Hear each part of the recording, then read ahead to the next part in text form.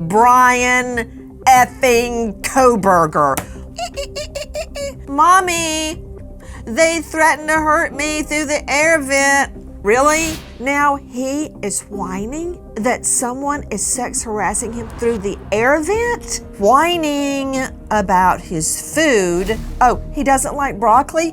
Get used to it. The nutritional standards are not being upheld. Really? He wants to receive, quote, replacements. Again, he doesn't like his broccoli. Veteran defense attorney joining us out of LA, Troy.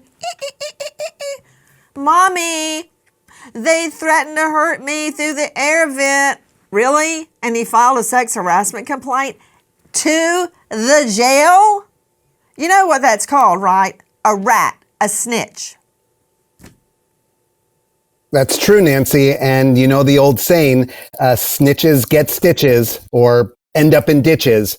But what's important here is that we don't forget a little thing called the Constitution. I carry it around in my pocket. There's the 8th Amendment to the Constitution, Nancy, it prohibits, as you know, cruel and unusual punishment. And if he is being subjected to physical violence, to some sort of starvation, or if the prison is not meeting its own nutritional standards, then... But put him up.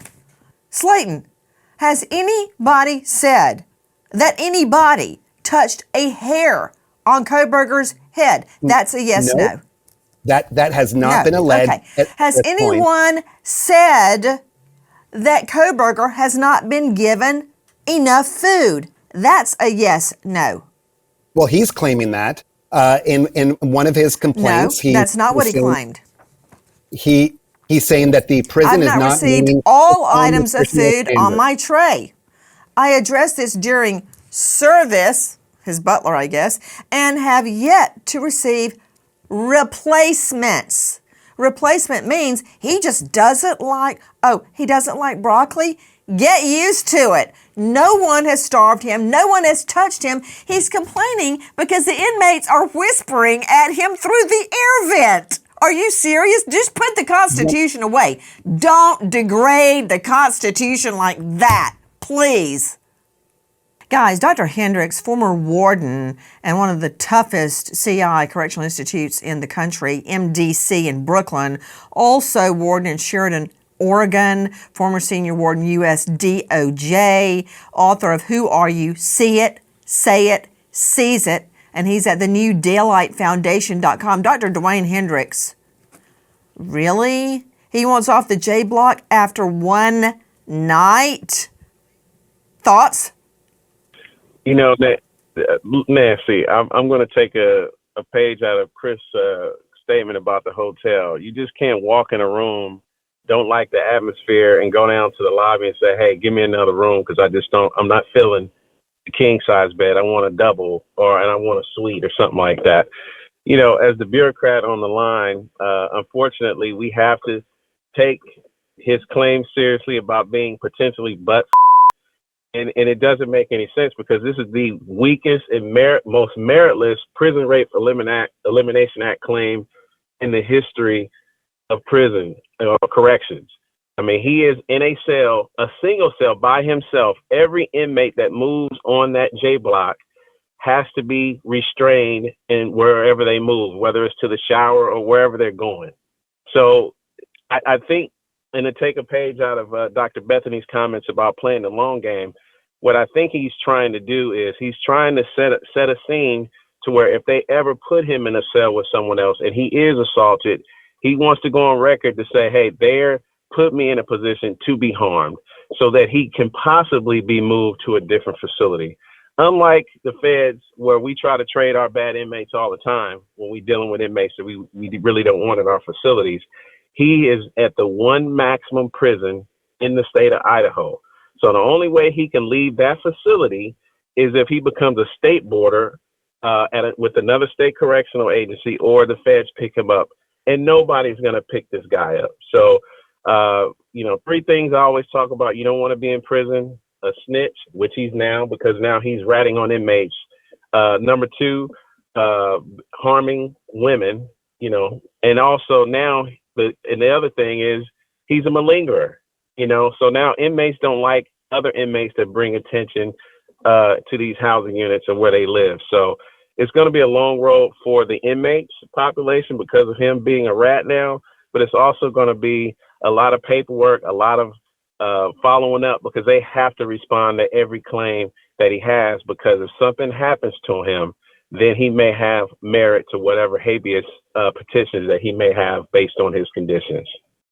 Dr. Hendricks, you just told me so much. I tried to write it all down. I'm having to dissect it now. That was a lot of information. Are you telling me that he's in the only max in that area, so if he is transferred, Yes. he's transferred to a local jail like in Mayberry? No, he's not going to Mayberry. And I'm going to tell you right now, the only way he would ever leave Idaho is if there's an inmate in another jurisdiction that's given that jurisdiction so many problems, they say, you know what, we need a break from this person, we'll take him on. But I just don't see that happening. But I believe he's playing the long game with his incarceration, and he's trying to set it up to where if he does get harmed, then he can say, look, I was complaining from day one, and this happened to me a year from now, even 3-4 years from now, if he's assaulted. So I feel sorry for those folks in the state of Idaho, because they're going to have a long road dealing with this guy. What about the food complaints? And he puts it, hey, let's see the complaints, guys, the handwritten complaints. I wish to speak with you. I wish to speak with you. I want to be transferred immediately to the B block. B as in brother. The food whining. What about that, Hendricks? Look, again, like Chris said earlier, he's going to get the special because the inmates prepare the food. The inmates are the ones to make sure the portion sizes are right. And they also try to have diversity in the kitchen so that some inmates don't get smaller portions and other gets larger based on their gang affiliation or race affiliation. He is a guy, I don't care what color he is, I don't care what gang he think he might be. He's going to be a guy that every inmate hates in that facility. So he needs to shut up, be quiet, and hope that he doesn't get the special every time his tray comes down the range, because the inmates in special housing helps the officer. What do you mean by, quote, the special? Hey, could be some bodily fluids or some other things in his tray. And that's what I mean by the special. So, I hate for somebody to urine in it, maybe put some poop in it, maybe, their snot or whatever special they want to come up with. That's the special. I think Kohberger is smart, wily. Also, you don't just have a PhD fall in your lap, but I wonder if he has been so cosseted and so protected by mommy and daddy. I mean, growing up on the mean streets of the Poconos, please.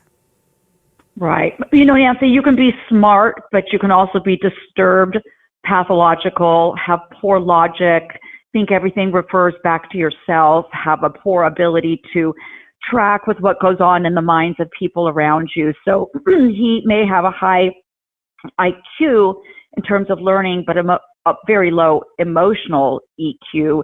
This whole thing about the food and the new pans and Dr. Bethany, what are you talking about? A low emotional, what did you say, EQ? What?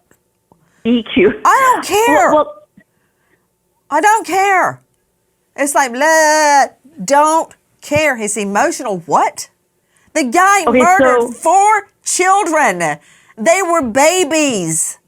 They hadn't even held down full-time jobs yet. They were living the life in college. Look at them. He slaughtered them. Don't give me anything about his emotional what? IQ, whatever you said, it doesn't matter. He slaughtered them. I don't care why he did it. I don't care about his motive. He took them. They're never coming home and they died a horrible death. And you're telling me about Kohberger's emotional IQ? What? Hey, but Nancy, it takes a lot of intelligence to pull something like that off, to get through a PhD program, to get away with everything he did.